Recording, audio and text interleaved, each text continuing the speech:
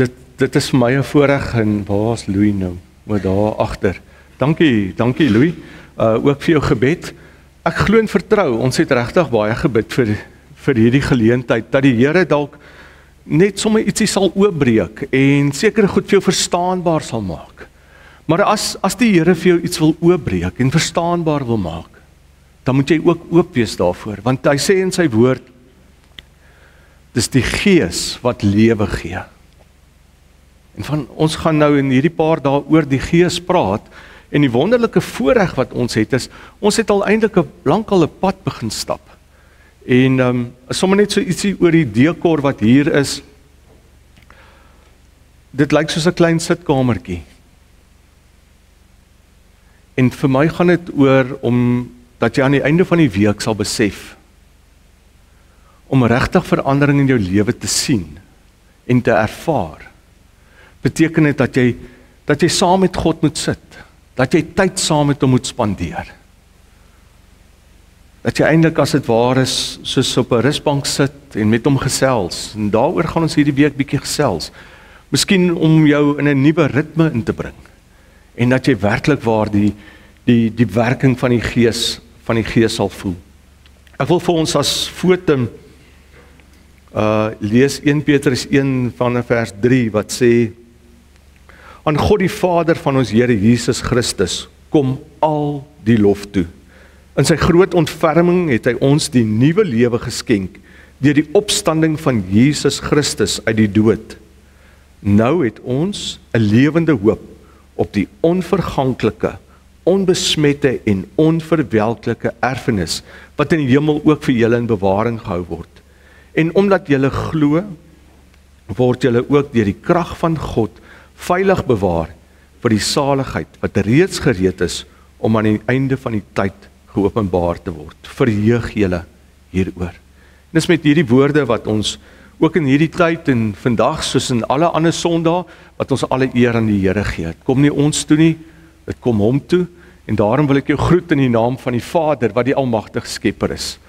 Ek wil jou groet in die naam van Jesus Christus wat aan die regterhand van die Vader sit, wat die oorwinning vir ons kom behaal het. En ek wil jou groet in die naam van die Heilige Gees wat vanoggend hier is, wat jou gaan bedien, wat vir jou die lewe wil gee. Amen. Ons gaan staan en dan gaan ons 'n lied saam sing, lied 450 wat sê Vader, Seun, Heilige Gees, en dan bly ons staan net vir 'n gebed en dan na die gebed kan jy sit en dan sing ons nog 2 liedere saam. Sit net vir so 'n paar oomblikke, dan vra jy ook self dat die Here vir jou sal oopmaak en ontvanklik sal maak vir sy woord vanoggend ook.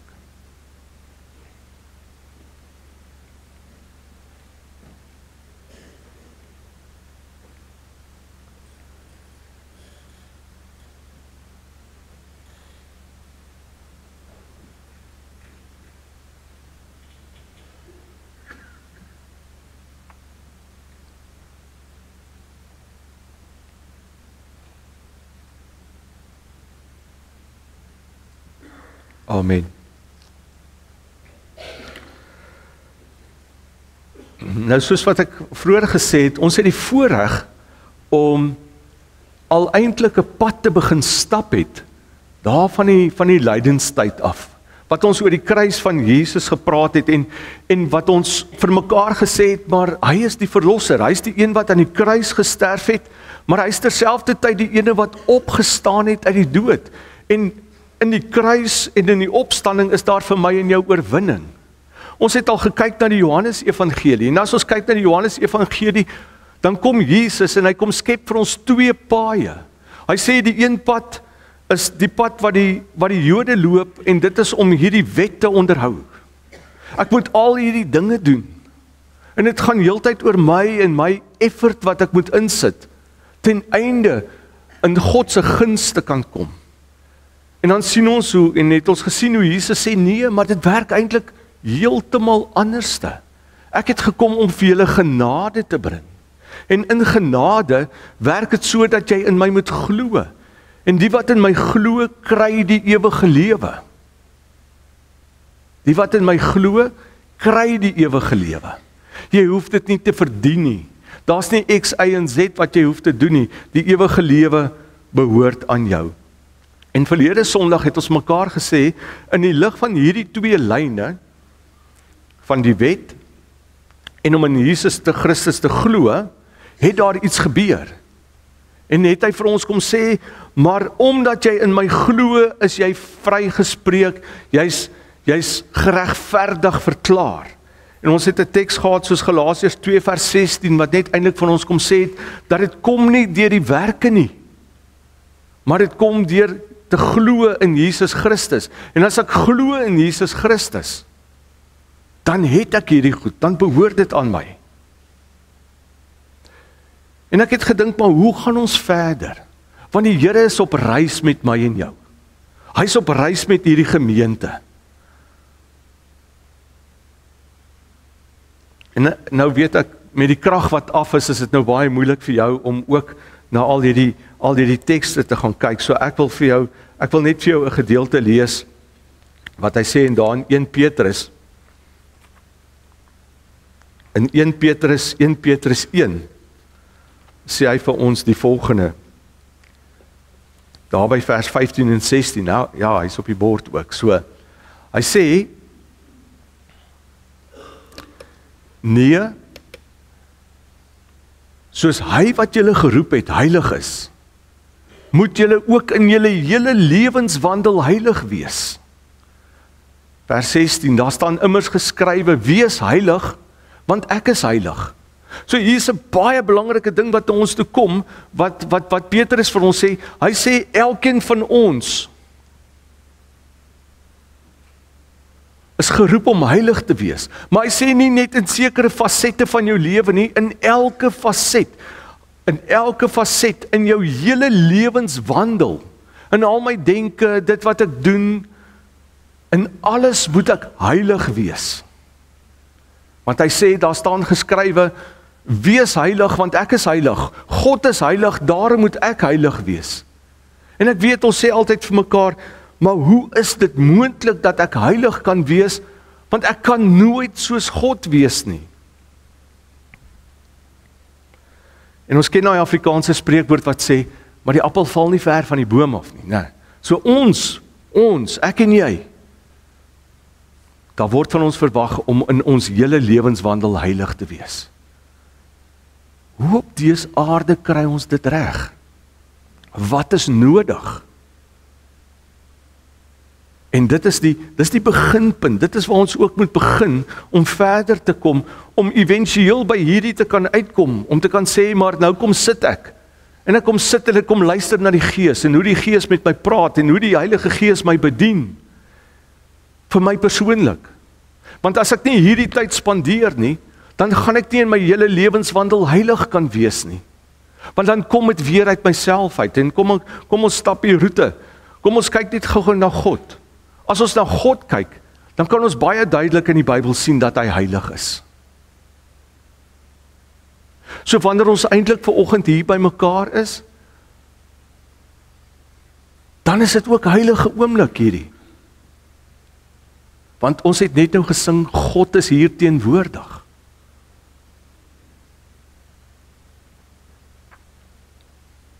Hooplik besef jy, dat hy die gans andere is. Dat hy nie ons speelmaat is nie. Hy is die ene wat die planete gemaak het, die sonnestelsels. Maar hy is die ene wat elke fyn dingetjie gemaak het. Wat elke partikel en selle in jou liggaam alles gemaak het. Dis hoe groot hy is. En met sy heiligheid kom sê hy, ook vir ons in Korintiërs kom sê hy, maar weet jy wat, ek kies jou om in jou te kom woon. Hy gebruik die woordjie tabernakel, om met my heiligheid in jou te kom woon, dat jou liggaam eintlik 'n tempel sal wees. Nou as hy in my woon, en my liggaam is 'n tempel van hom, dan wil hy hê ek moet op 'n bepaalde manier leef. Kom ons kyk gou, in terme van God se heiligheid. Om net eers te kyk wie is hy. Kom ons fokus net op hom. daar in die tuin van Eden, toe sonde inkom, toe moet God dadelik reageer. En hy sê, maar ek kan dit nie goedkeur nie. Ek moet dit afkeer, en hy keer dit af op 'n bepaalde manier. Want as hy sonde sou toelaat, dan sal dit iets van hom sê. Daarom het hy 'n afkeer daarin, en sê dit ook iets van hom. En ons kan daar in Genesis ook sien, hoe hy 'n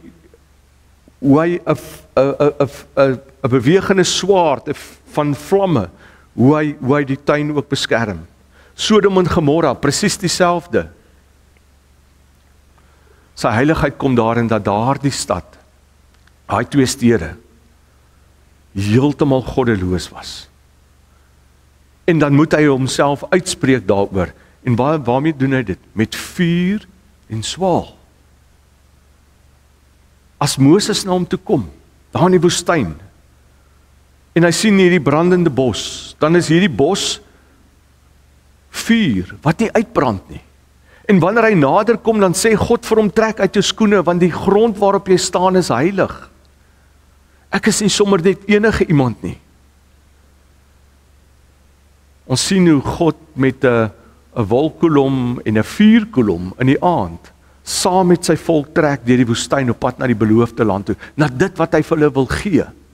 En in daai tyd wat hy in die woestyn is, sê hy vir hulle, maar ek is 'n heilige God. En leer hy hulle dat hy 'n heilige God is, dat hy nie sommer net enige iemand is nie.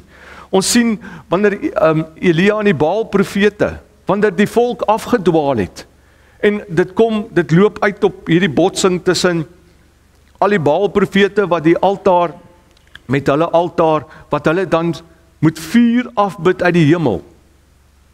En Elia gee vir hulle die hele dag, en hulle kry dit nie reg nie. En dan hier teen, wanneer die tyd vir die gebed is, die aandgebed, dan sê hy vir hulle, maar gooi hierdie hele altaar. Hy maak eers die altaar reg. Gooi hom nat, papsop nat. En dan bid hy, laat God se glorie en God se grootheid na vore kom. En wat gebeur? God kom met vuur uit die hemel uit. En hy verbrand alles. Hoe God ook die altaar aan die brand gesteek het, die eerste altaar. En hoe dit voortdurend deur die priesters aan die brand gehou moes word, maar God het dit aan die brand gesteek. Hebreërs 12, Deuteronomium 4, ons kan lank besig wees met die goed. Sê vir ons, my God is soos 'n verterende vuur. Met die uitstorting van die Heilige Gees het ons weer vuur. Die Gees wat op die mense gekom het, soos tonge vuur wat op hulle gekom het. En die eindtyd gaan ook met vuur en swaal gepaard gaan. Dis ietsie van God se teenwoordigheid met die vuur wat oordeel, die vuur wat reinig, dis sy teenwoordigheid. Dis omdat hy 'n heilige God is. En nou sê hierdie heilige God, ek wil in jou woon, ek wil deur jou werk, dis my grootste begeerte. 1 Korintiërs 1 vers 29 en 31, want hy glo dat jy heilig is. Kyk wat staan daar, hy sê, voor God het geen mens dus iets om op homself te roem nie. Dis wat Paulus nou skryf. Aan God is dit te danke, dat julle met Christus Jesus verenig is. So hy sê, alle eer is aan God te danke, dat ek in Jesus Christus kan glo. En hierdie is 'n belangrike vers. Dis 'n vers wat ons praat eintlik van 'n paradigma skuif, 'n kopskuif by jou moet veroorsaak. Want kyk wat sê hy, hy, Jesus, het vir ons geword die wysheid wat van God kom. Die vryspraak, die heiliging en die verlossing. So wat kom sê hy vir ons? Hy sê Jesus, die feit dat hy gesterf het, die feit dat hy opgestaan het, opgevaar het na die hemel en aan die regterhand van God sit, die feit dat hy sy offerbloed voor Jesus gebring het, en God daardie bloed van die kruishout aanvaar het, as hierdie volmaakte offer namens my en jou, sê hy, omdat ek in Christus glo, hoor mooi, omdat ek in Christus glo, het ek deel aan al hierdie goed. Hy sê, hy het vir ons geword. Jesus het vir jou geword, wysheid. Jesus het vir jou geword, vryspraak, geregtigheid. Want as dit nie vir hom was nie, het ek en jy nie die geregtigheid voor God gehad nie. As dit nie vir hom is nie, hoor wat sê hy daar, heiliging.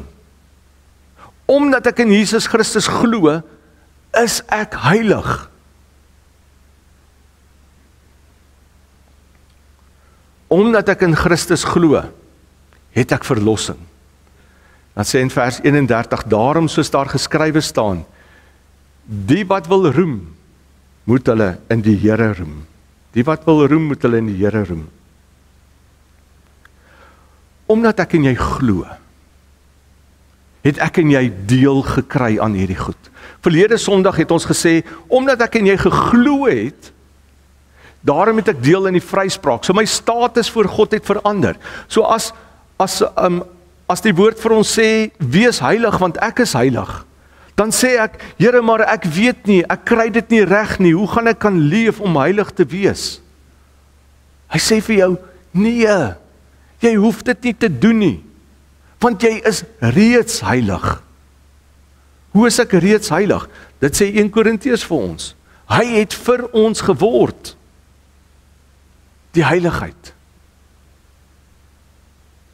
En omdat ek dit wat Paulus ook skryf in Kolossense 2 vers 9, omdat ek in Christus is, omdat ek in hom glo, is dit wat hy bereik het, is dit ook op my van toepassing. Hoor dit mooi. Want dit moet jou persepsie verander. Jy is reeds heilig. Jy wat in Jesus Christus glo, is reeds heilig. Jy moenie 'n klomp goed doen ten einde heilig te word nie. En dis die probleem waarmee ons sit. Wanneer ons oor al hierdie goed praat, dan gaan dit daaroor dat ons vir mekaar sê, ek moet hierdie goeders doen. Dis belangrik vir my heiligheid. Of ek wil meer heilig word, daarom moet ek dit X, Y en Z doen. Nee. Hoor dit. In Christus is jy reeds heilig. Dis jou status voor God. As God na jou kyk, dan sien hy heilig. Gaan dit weer vir jou sê. As God vanoggend na jou kyk, dan sien hy 'n heilige kind. Hoekom? Want dis wat Jesus vir jou kom doen het. Nou, hoe werk dit dan? As ek heilig is, die proses, omdat ek in hom gewortel is, omdat ek in Christus is, wat heilig is, en ek deel gekry het aan daai status van heiligheid, dan sê hy, julle ken die gedeelte van Johannes 15, wat hy sê, die wingerdstok en die lote wat vas moet wees aan mekaar.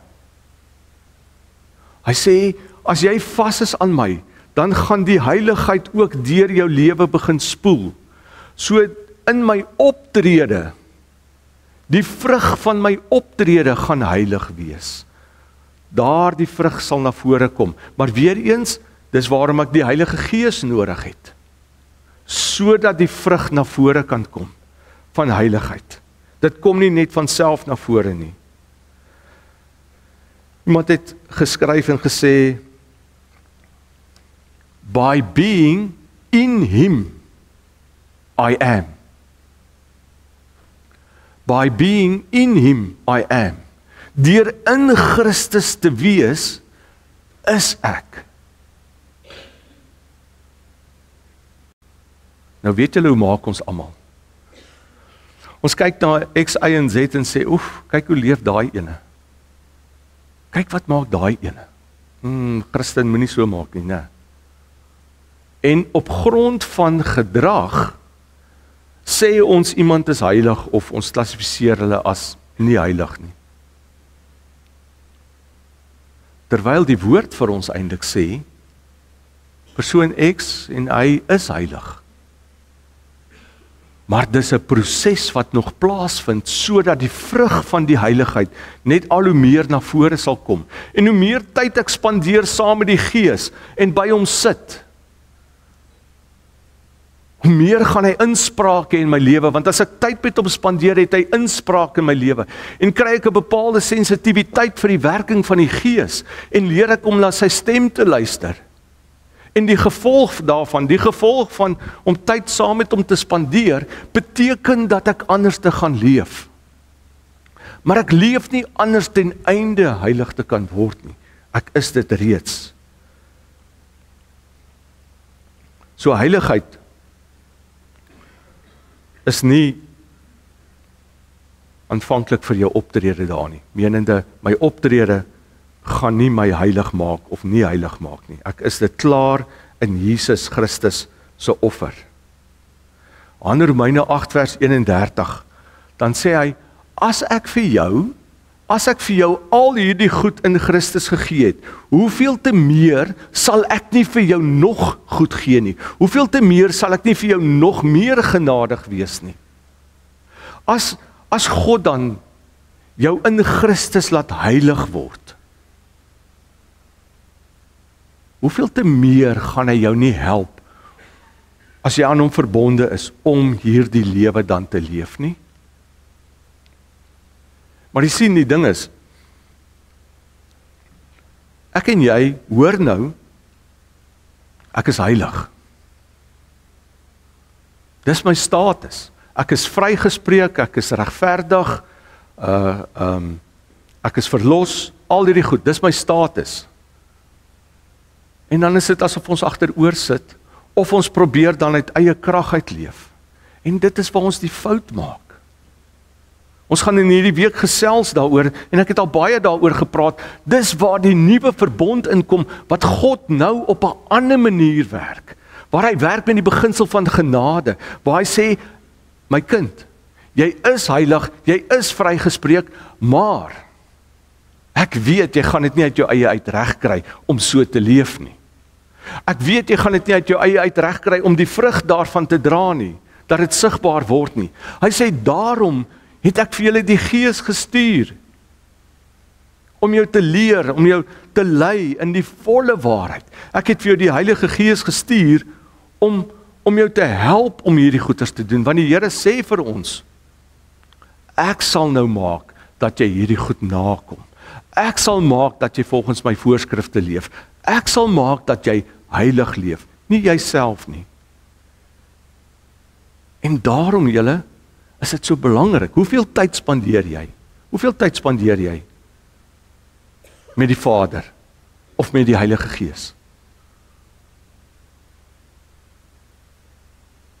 Want as jy nie baie tyd gaan spandeer nie, hoe gaan jy weet wat wil hy hê? As jy nie baie tyd met die woord spandeer nie, hoe gaan jy weet wat wil hy hê? Dis ons probleem. As ek vir jou sou vra, goed, wat is die teenoorgestelde van heiligheid? Dan sal baie mense vir jou sê, dis waarskynlik sonde, né? As ek heilig is, as ek heilig leef, dan doen ek nie eintlik sonde nie, ek leef op 'n bepaalde manier. Heiligheid is om perfek en reg te leef. En as ek sonde doen, dan is ek nie meer so heilig nie. So minder sonde, hoe meer heilig. Maar ek dink nie, dit skiet eintlik so 'n bietjie te kort as jy so daaraan dink.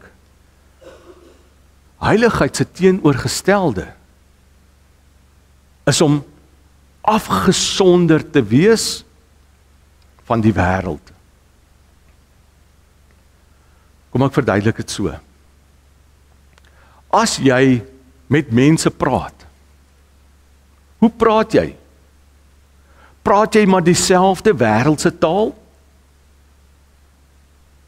Of praat jy anderste? Sien, ons praat dieselfde. Ons is heeltyd besig om te praat, en ons praat negatief. Terwyl jy 'n heilige is, terwyl jy 'n vrygespreekte kind is, dan praat ons soos wat die wêreld praat. Ons doen soos wat die wêreld doen. Ons dink saam met die wêreld soos wat die wêreld, want almal doen dit mos. Dan moet dit seker reg wees omdat almal dit doen. Dan doen ons dit wat die wêreld doen. As almal daaroor kla, dan kla ons nou maar saam. Wat se heiligheid kom daarin na vore? Want heiligheid beteken dat ek dan juis anders moet wees. Dat wanneer die wêreld, wanneer die ander mense met wie ek te doen het op 'n bepaalde manier praat, dink en doen, dat ek dan met 'n ander perspektief kom, wat hulle nie geken het nie, want jy het ook die wysheid in Christus, het jy ook die wysheid van God. As ek hier tyd spandeer met die Gees, dan gaan hy vir my in daai omstandighede, gaan hy vir my die nodige sensitiwiteit gee, om anders te op te tree. As God vir jou sê, wees heilig, dan sê hy vir my en jou, staan uit. Soos wat daar op die prent is. Staan uit. Wees anderste as die wêreld. As die wêreld so praat, dan moet jy anders te praat. As die wêreld so dink, dan moet jy anders te dink. As die wêreld so doen, dan moet jy anders te doen. Want ek en jy behoort nie aan hierdie wêreld nie. Ek en jy behoort aan die koninkryk van God. En daarom is dit nodig dat ons die beginsels van die koninkryk van God moet begin uitleef.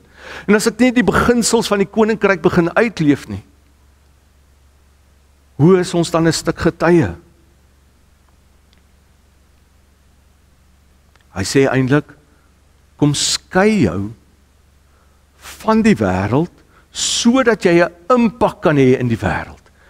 Ons het so 'n paar weke terug stilgestaan by die Engels sê dit so mooi, ons moet in die wêreld leef met the mind of Christ.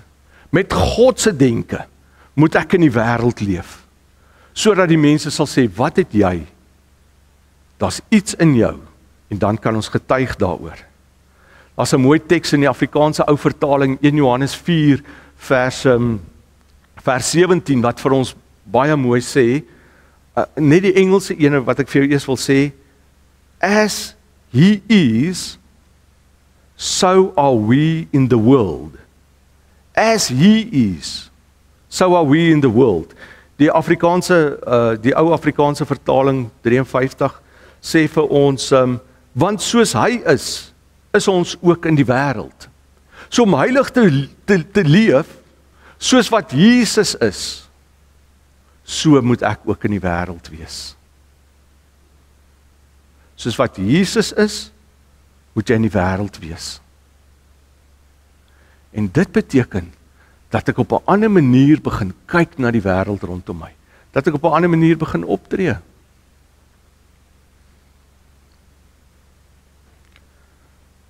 En hierdie goed kan ons nie uit eie krag uitreg nie, né? Wat sê hy eintlik vir ons? As jy heilig wil leef, dan moet jy jou oë gefestig hou op Jesus. Want soos wat hy is, moet ek ook in die wêreld wees. So hoe is hy? Ek moet uitvind hoe is hy. As ek die tyd spandeer nie, dan gaan ek nie weet nie. Dan gaan my impak in die wêreld baie kleiner wees. Soos wat hy is, so moet ek wees. Hebreërs 12 vers 2 sê dit so mooi, is daai baie bekende vers. Hy sê vir ons, hou jou oë gerig op Jesus Christus, die begin van jou geloof en die volëinder van jou geloof.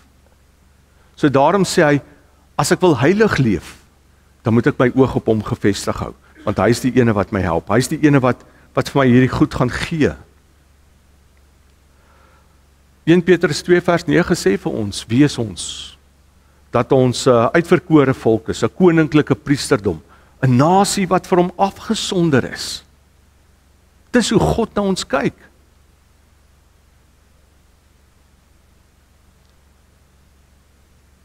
Ek wil jou vat na 'n gedeelte toe, na 2 Korintiërs toe. Ek gaan dit vir jou net moet lees hier. 2 Korintiërs 3 vers 18.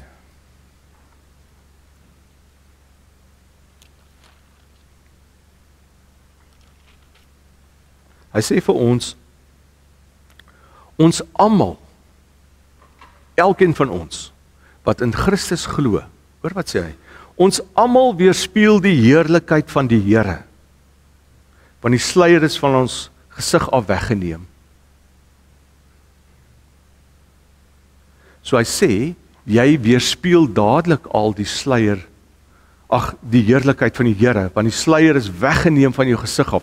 Omdat ek nou in Christus is ek dadelik heilig. Ek is dadelik vrygespreek, ek is geregverdig. Maar hy sê, ek weerspieël dit, maar dan gaan hy aan en hy sê, ons word al meer verander om aan die beeld van Christus gelyk te word. En dit is waar die rol van die Heilige Gees inkom, dat hy my vat, op grond van my verbondenheid, dat hy my vat en met my 'n pad begin stap, om al meer aan Christus gelyk te word. Dat die vrug van my optrede, die vrug van my verbondenheid met hom, dat dit na vore sal kom. Omdat ek tyd met hom spandeer, gaan hy vir my 'n nodige sensitiwiteit gee. Dat ek dalk in sekere situasies net anders te gaan optree as wat ek voorheen opgetree het. Dan sê hy, die heerlikheid wat van ons uitstraal, neem steeds toe. Dit word al hoe meer. Dit doen die Here wat die Gees is. Wie gaan jou meer soos Christus laat word? Die Heilige Gees. Want die Heilige Gees is vir ons gestuur om ons te help, om ons te leer, om ons te lei. So spandeer ek nie tyd met die Heilige Gees nie, gaan hierdie goed net nie gebeur nie. So kom ek vir jou vra, hoeveel tyd spandeer jy met die Gees? Sodat jy die heerlikheid, sodat hy jou kan help, dat jy die heerlikheid al hoe meer kan weerspieël. As 'n baie interessante gedeelte in Markus 9, vers 2 tot 8. Jy kan dit dalk maar by die huis gaan lees, maar dis die gedeelte waar Jesus eintlik dan nou verander het, toe hulle daar op die berg gegaan het, en Petrus, Jakobus en Johannes was saam met hom gewees. En dan as hulle daar kom, dan sien hulle, maar Jesus verander. Hy het 'n glans aan hom, soos wat hulle nog nooit gesien het nie. En dan wil hulle sommer, en dan sien hulle, maar Elia is daar, Moses is daar, saam met Jesus. Dan sê hulle, maar kom ons bou 'n hut. Kom ons bou vir elkeen 'n hut. En dan verander die goed. Ek moet net daai een vers vir jou lees, in Markus 2, want dan kom ewe skielik, verdwyn Elia en Moses. Hulle was daar, maar hulle verdwyn, en dan bly net Jesus oor. Vers 6, Markus 9 vers 6. Hy het nie geweet wat hy sê, so verskrik was hy saam met die ander. Vers 7. Daar het toe 'n wolk gekom wat sy skaduwee oor hulle laat val het, terwyl hulle daar op die berg is. Dit is God wat in 'n wolk dan nou afkom. En uit die wolk het daar 'n stem gekom, dit is my geliefde seun, luister na hom. En met eens toe hulle weer kyk, sien hulle niemand meer nie, net Jesus alleen by hulle. Wat sê dit vir ons? Daar's Elia, daar's Moses en Jesus. Ewe skielik kom daar die wolk af en die stem sê, luister na hom. Luister na Jesus. Waarvoor staan Elia? Vir die profete. Waarvoor staan Moses? Vir die wet. In Jesus Christus, wat staan vir genade, waarheid, en jy weet, vryspraak, al die goed. Maar Jesus, hoofsaaklik wat gekom het en genade kom bring het. Hierdie twee val weg. In Christus val hierdie twee weg. Val die wet en die profete weg. So wat sê hy vir jou? Die eie ek, en as ek met my eie krag, hy sê dit is nie meer geldend nie. Hou Jesus Christus voor oë, luister na hom, en jy sal lewe. Dit is mos wat hy vir ons sê. As ek net vandag kan saamvat, as inleiding vir die pad wat ons verder gaan stap, dan moet jy weet, dit gaan nie meer oor dit wat jy doen nie. Dat as jy byvoorbeeld by God aankom, en jy sê vir God, ek het X, Y en Z en al hierdie goed in my lewe gedoen. Ek het al wat 'n Bybelstudie is bygewoon. Ek het die Bybel soveel keer deurgelees. Ek het al die liefdadigheidswerk gedoen. Dan sê hy vir jou, is goed en wel.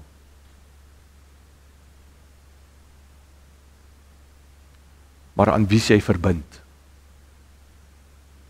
Sien, ons moet aan Jesus verbind wees. Ons moet, as ek sê ons moet aan Jesus verbind wees, dan sê ek, jy moet in Jesus glo, want as ek in hom glo, dan kry ek al hierdie goeders. Dan verander my posisie. My werke gaan nie my posisie verander nie. En as my posisie verander het, dan sê hy, my kind, daar's 'n volgende fase nou. Nou, moet jy tyd saam met my spandeer. Sorg dat jy tyd saam met my spandeer, dat jy my stem leer ken. As jy wil heilig leef, sorg dat jy op my gefokus bly. En ek gaan deur die Gees, gaan ek met jou werk, en jou verander, en die vrug van die verhouding, gaan in jou lewe sigbaar word. En jy gaan al hoe meer die heerlikheid van Christus begin uitstraal.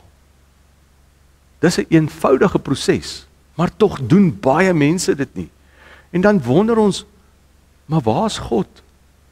Hoekom sien ek nie die werking van die Gees nie? Ons is nie altyd ingestel daarop nie. Ons het nie daai sensitiwiteit nie. En ek wil jou uitdaag om regtig waar hierdie week te begin. As jy nie, kom ons noem dit maar, sitkamer oomblikke het met God nie. Begin om dit te doen. Jy sal nie spyt wees nie, om daai stem te leer ken. Want sy grootste begeerte is, om deur jou te werk. Sy grootste begeerte is, dat jy sy roeping wat hy oor jou het, sal gaan doen. Nou vanaand gaan ons verder gesels, want alhoewel ek in hom is daar goed wat my terughou. As goed in die verlede wat ons baie keer terughou, om hier voluit te leef. En God se vuur wat reinig, is vir 'n rede daar, sodat ek en jy ongebonde kan leef, in die volheid van die Heilige Gees. So, as daar goed is in jou verlede, wat jy heeltyd herroep, soos 'n ietsie wat op, wat hulle sê, op repeat is, wat jy heeltyd maar in jou gedagtes afspeel, dan moet jy ontslae raak daarvan. En ons gaan vanaand 'n bietjie praat, hoe raak 'n mens ontslae daarvan? Want jy sien, éventueel wil ons in hierdie week beweeg. Ons het gekyk dat ons heilig moet wees, dat ons anders moet wees, dat ek gereinig moet word op 'n manier, daar's nog goed in my, dalk wat ek net vir hom moet gee. En dan kan ek kom om te kyk wat en hoe werk die Gees. Om die volheid van die Gees te kry, om vervul te wees met die Gees. Al daardie goed. En dit is daar vir die res van die week, wat ons daarna gaan kyk. Maar kom ons gaan maak tyd, ons wat heilig is, kom ons gaan maak tyd, maak vir jou sitkamer moment. Al sit jy daar in jou bed, en jy praat met die Here. Begin net deur met hom te praat, luister en hy gaan terugpraat. Kom ons sluit die oë. Hemelse Vader, ons weet en ons glo dit, ons bely dit, dat uit U en deur U en tot U is alles. Dankie vir verlossing, dankie vir vryspraak, dankie vir heiliging. Dankie dat U met ons praat uit die woord uit.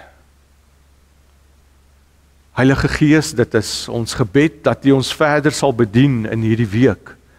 Ons verder sal bedien vandag ook, dat hierdie woord nie net hier sal bly nie, maar dat U dit sal voortpreek in ons lewens. Dankie dat ons heilig is. Here Jesus, dit was 'n duur prys, sodat ons heilig kan wees. Heilige Gees, kom help ons, sodat ons heilig kan leef. Ons het 'n behoefte, dat U ons hierdie week transformeer. Kom skep 'n honger in ons, 'n ongekende honger wat net van U afkom, sodat U ons lewens kan transformeer. Want Here, ons is maar net stof. En ons tydperk hier is maar kort. Daarom kom praat met ons, Here. Dankie vir U woord, dankie vir U waarheid. In Jesus naam bid ons dit. Amen.